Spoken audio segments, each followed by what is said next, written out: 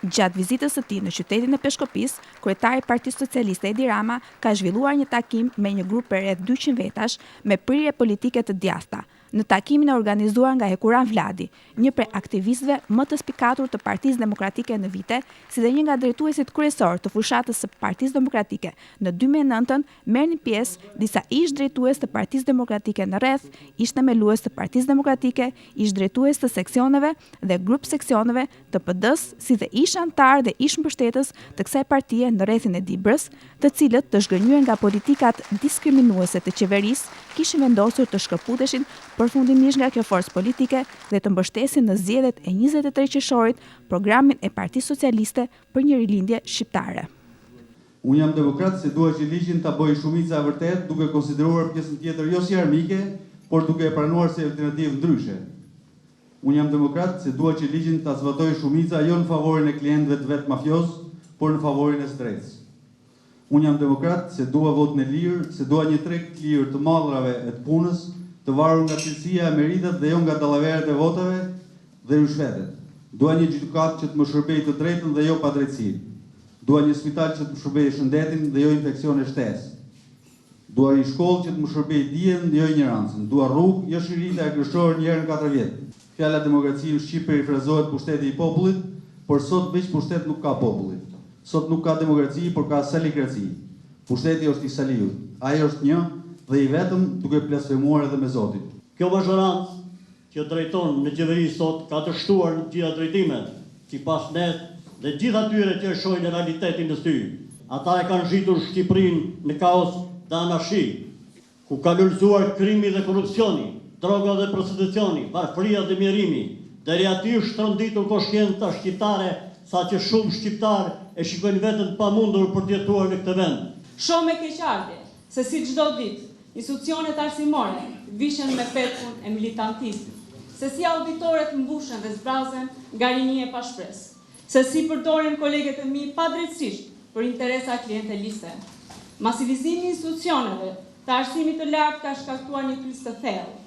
Është e turpshme që shkolla dhe universitetet të politizohen pa shkak, të humbasin në tunam misionin e tyre fisnik, dhënien e dijes. Duke pa katraurën që është bënë Gurqiz, në gjithë Shqipëri, për veçanërisht në Gurqiz, unë bashkë me disa kolegë mi, duke pa që Sali Berisha abuzoj me drejtësin tonë, me pastërtin tonë, ne vendosëm që të shkëputimi një herë përfundimisht nga ky njeri.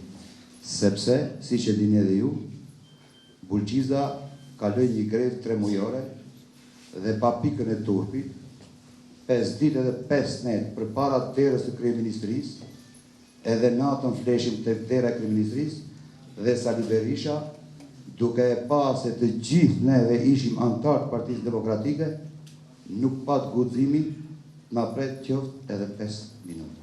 Berishës neve i kemi dhënë vizën e kuqe.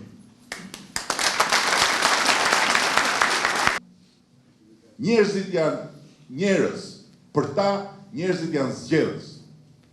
Për ne, njerëzit janë qytetarë me cilët duhet kemi një marrëdhënie të bazuar tek angazhimi reciprok. Për ta, njerëzit sa më të varfër, sa më të papun, sa më në errësirë, aq më lehtësisht të manipulueshëm me një thes miell, me 50.000 lekë. Dua vetëm t'ju falenderoj me shumë mirënjohje, se unë besoj që është një kohë për Shqipërinë kur ajo e qytetare dhe vetia se përpara se të jemi zgjedhës, jemi njerëz dhe jemi qytetar, duhet të triumfoj përmes shembullit. Dhe shembulli juaj jam i bindur që do të frymëzoj edhe të tjerë për t'u shkëputur nga rreshti, për t'u shkëputur nga ajo zonë tërësisht gri që ka imponuar partia në pushtet dhe për dalë hapur, jo në emër të Partisë Socialiste, se dy jetë të kemun shenzin socialist nuk e bëjton, po në emër të nevojës për të pasur një marrëdhënie të re me partitë që kërkojnë votën për të qeverisur.